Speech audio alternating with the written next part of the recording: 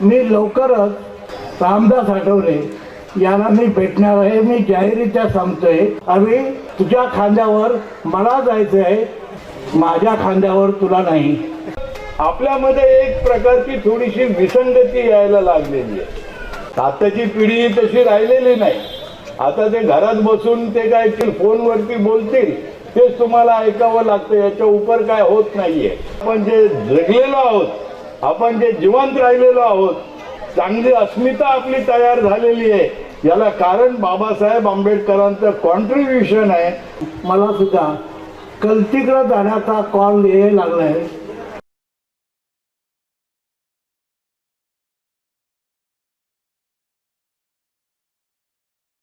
54 वर्षापूर्वी दर रविवारी 3 इकारांत माणसं मुंबई त्या काळामध्ये पिंजत होते। एक होता भाई, दुसरा होता अभि आणि तिसरा होता जवी। हे 3 इकारांत होते आणि एकही रविवार असा नसायचा की त्या रविवारी त्याने अख्खी मुंबई पालथी पाडली नाही।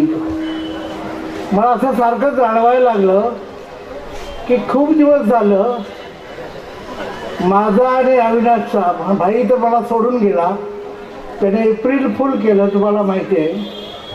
त्यानंतर मग मला सारखं जाणवायला लागलं की आता मला सुद्धा कलतीकडे जाण्याचा कॉल यायला लागला आहे। मला सुद्धा लवकरच आमंत्रण येईल असं झालं आहे। आणि म्हणून या किमान 1-2 जे इकारांत राहिले होते, जवी आणि अभि, या दोघांना केव्हा तरी सगळ्यांच्या समोर एका स्टेजवर आणावं असं का माहीत नाही, पण अंतरी मला ती झी आली। अभिला जेव्हा मी सांगितलं, त्याला मी आता अभिच बोलतो, अविनाशजी वगैरे काय म्हणणार नाही, मी त्या काळातला अभि माझ्यासमोर आहे म्हणून मी अभिला सांगतो की त्याला जेव्हा मी फोन केला की अभि, माझी इच्छा आहे की तू आणि मी एका स्टेजवर कुठंतरी असावं बाबा, खूप वर्षानंतर असावं।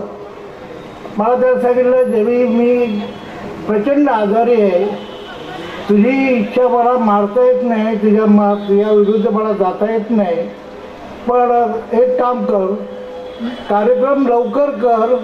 एक आपल्या सगळ्यांना मी साक्षीने एक सांगतोय, अत्यंत महत्त्वाचं सांगतोय की या देशाची, आज आपल्या समाजाची जी दुर्दशा झालेली आहे त्याच्यावर एक उपाय काढण्यासाठी मी लवकरच रामदास आठवले यांना मी भेटणार आहे। मी जाहीररित्या सांगतोय, मी भेटणार आहे, मी अनेक लोकांना सांगतोय भेटणार आहे, आणि ते देखील मी त्यांना एकांतात भेटणार आहे। मला खूप लोक म्हणतात की आमच्यासमोर बघा, आमच्यासमोर बोला, मी बोललो नाही, मला भेटायचं आहे ते एकांतात बोलायचं आहे। त्याचं कारण माझ्यासमोर 2029ची निवडणूक आहे, तेव्हा मी नसे नेहमी गृहीत धरतोय, पण या 2029च्या मीटिंगमध्ये, त्या इलेक्शनमध्ये त्याने काय भूमिका घ्यावी हे त्याला कदाचित मला सांगता येईल की नाही, अर्ध्या दिवसात त्याची माझी भेट होईल की नाही, पण अविनाशच्या समोर मी सांगतोय, अविनाशजी तुमचे जे आहेत तुम्ही त्यांच्याबरोबर काम करताय, त्यांना एकदा सांगा की देवीला शेवटच्या आयुष्यातल्या शेवटच्या काळामध्ये त्याला काय सांगायचं आहे ते तुझं ऐकून घ्या। आणि मी मुद्दाम सांगतोय की 2029च्या पार्श्वभूमीवर जे काय माझ्याकडं मला जे काय करायचं आहे ते करण्यासाठी मी होतं। पण एक असा काळ होता माझ्यासमोर, इथं दुसरे चंद्रकांत भोसले, दलित पॅंथरच्या सुरुवातीचे, ज्याला आपण ओपनिंग बॅट्समन म्हणतो, ते ओपनिंग बॅट्समन हे सुरेश सावंत असायचे, आणि जे भोसले समोर बसलेले आहेत ते चंद्रकांत भोसले असायचे। कारण मला अजूनही थोडंसं चालता बोलता येतं, अजूनही माझ्या पुस्तकात जे प्रपोजल आहे ती मला पूर्ण करायचे, पण अविला लवकर जायचे, म्हणून मी त्याला विनंती करतो की आपण बऱ्याच दिवसानं जवीसमोर 5 मिनिटं तरी बोलावं, आणि आपण मी दिलेल्या शब्दाप्रमाणे आपण डॉक्टरकडे जावं। तुम्ही जगले पाहिजे, भांडण करू एकमेकांशी, आपण भांडण करू, पण भांडण करण्यासाठी तुम्ही पण जगलं पाहिजे आणि मी पण जगलं पाहिजे। मरणाच्या आड मी येणार नाही, आणि मी अपेक्षा करतो अभि तुला काहीही होणार नाही, तुझ्या खांद्यावर मला जायचं आहे, तुझ्या खांद्यावर मला जायचं आहे, माझ्या खांद्यावर तुला नाही. एवढं सांगून मी तर थांबतो. थांबा. आज या ठिकाणी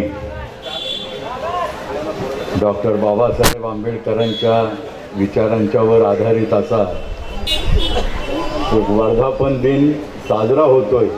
त्यातल्या त्यात या जागेला महत्त्व आहे आणि इथं देखील अतिशय चांगला खर्च करून या ठिकाणी देखील हा महत्त्वाचा दिवस साजरा होतोय.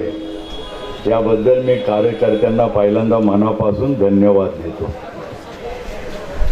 मी इथं येण्याचं जे निमंत्रण स्वीकारलं ते केवळ जवी पवार यांच्याशी भेट होईल, यांच्याबरोबर आपल्याला स्टेजवरती बसता येईल, यांच्याबरोबर भाषण करता येईल, या एका भूमिकेतूनच मी ते केलं. आणि जवे पवार आणि आम्ही आता दोघेही त्यांनीच सांगितल्याप्रमाणे अतिशय पुढच्या टप्प्यावरती आलेलो आहोत. 75च्या पुढे दोघेही आम्ही गेलेलो आहोत. पण ज्या वेळेला आम्ही एकमेकांचे मित्र होतो त्या वेळेला आम्ही अगदी तरुण बांडगे असे होतो, सळसळीत असं आमचं आयुष्य होतं आणि त्यावेळेला आम्ही एकमेकांचे मित्र होतो. जवी पवार एका बँकेमध्ये कामाला होते, मी स्वतः एका बँकेमध्ये कामाला होतो आणि ज्या वेळेला आमच्या बँकेतले जे काही कामं असायची ती आमची 2, 2:30, 3 वाजेपर्यंत संपायची आणि नंतर मग मी त्याच्या ऑफिसवर जायचो. भाई संघारे सुद्धा एका ठिकाणी कामाला होते, ते दुपारीच घरी यायचे, जेवायचे आणि तेही आमच्या बरोबर यायचे आणि आम्ही 3 जण मिळून मग त्यानंतर संपूर्ण फिरत असायचो. ही वस्तुस्थिती आहे. एक त्याच्यामध्ये मजेशीर गंमत झालेली होती. एकदा रेल्वे ट्रॅकवरून आम्ही 3 जण चाललो होतो. भाई संघारे होते, मी होतो आणि जवी होता आणि आम्ही चाललो होतो. जात असताना आम्ही आमच्या ज्या चर्चा असायच्या या चळवळीतल्या संदर्भातल्याच असायच्या, दुसरं तिसरं काही नाही. आम्ही चर्चा करत चाललो होतो. आमचं काही लक्षच नव्हतं कुठे आणि सहज प्लॅटफॉर्म जो आला त्या प्लॅटफॉर्मकडे लक्ष गेलं तर लोक असे भांबावलेले होते आणि आम्हाला ते हात करत होते की तिथून बाजूला व्हा. मागे बघितलं तर अगदी गाडी आलेली होती मागे. पटापट आम्ही उड्या मारल्या तिघांनी आणि 3 ठिकाणी आम्ही गेलो. हा प्रसंग इतका विचित्र होता. आम्ही तरुण होतो निश्चितच, परंतु त्या ठिकाणाहून जात असताना त्यावेळेला ट्रॅकवरून जायचे लोक, पण आमच्या काही लक्षात नाही आलं बोलण्याच्या ओघामधून की मागून गाडी येते किंवा काय होतंय. लोकांनी प्लॅटफॉर्मवरच्या खुणवलं, त्यावेळेला आम्ही ते बाजूला गेलो.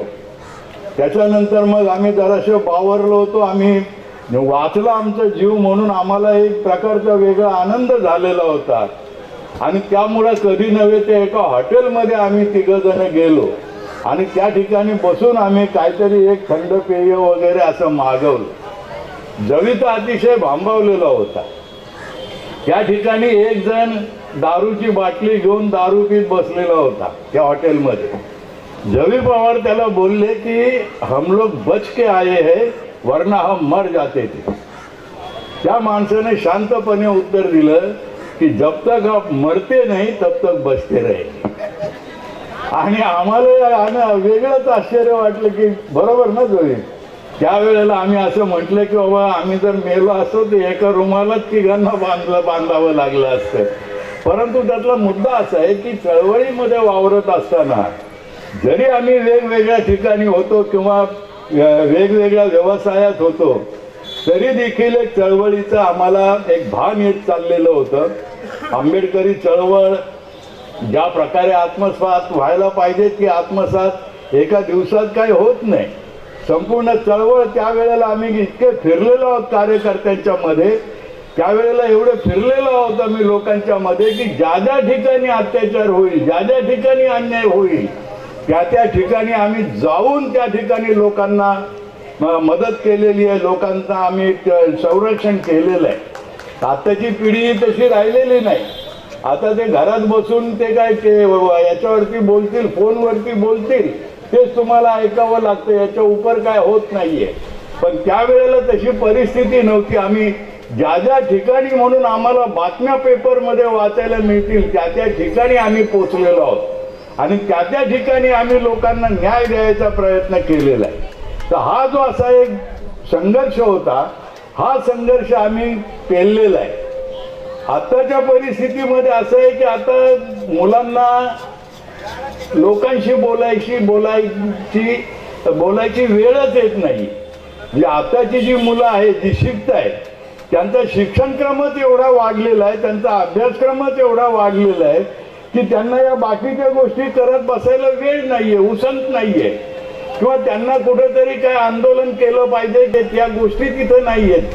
त्यामुळं आपल्यामध्ये एक प्रकारची थोडीशी विसंगती यायला लागलेली आहे. पण आता तेवढे देखील लोक थांबत नाहीत, त्या सभांनाही येत नाहीत, कुठल्या कार्यक्रमालाही येत नाहीत, काही करत नाहीत. त्यांना एकूण एक पडलेलं आहे की स्वतःचा संसार आणि स्वतःची मुलं एवढं एकच डोक्यात पडलेलं आहे आणि त्यामुळं हा सगळा गडबड गोंधळ असा होतोय. परंतु मला याचा विश्वास आहे की बाबासाहेब आंबेडकरांच्या नावावरती ज्या वेळेला आपण काम करतो त्यावेळेला आपली जी निष्ठा आहे, आपण जे जगलेलो आहोत, आपण जे जिवंत राहिलेलो आहोत, आपण ज्या प्रकारे आज एका चांगली अस्मिता आपली तयार झालेली आहे, याला कारण बाबासाहेब आंबेडकरांचं कॉन्ट्रीब्युशन आहे. बाबासाहेब आंबेडकरांनी या देशाची केलेली सेवा, या देशासाठी निर्माण केलेली घटना, या साऱ्या गोष्टी याला कारणीभूत आहेत. आणि त्यामुळं बाबासाहेबांच्या प्रती श्रद्धा व्यक्त करावी अशा प्रकारच्या भावना मी या ठिकाणी जाहीर करतो, व्यक्त करतो. मी पुन्हा एकदा आपल्या सर्वांच्या वतीनं बाबासाहेबांना अभिवादन करतो आणि थांबतो. जय भीम.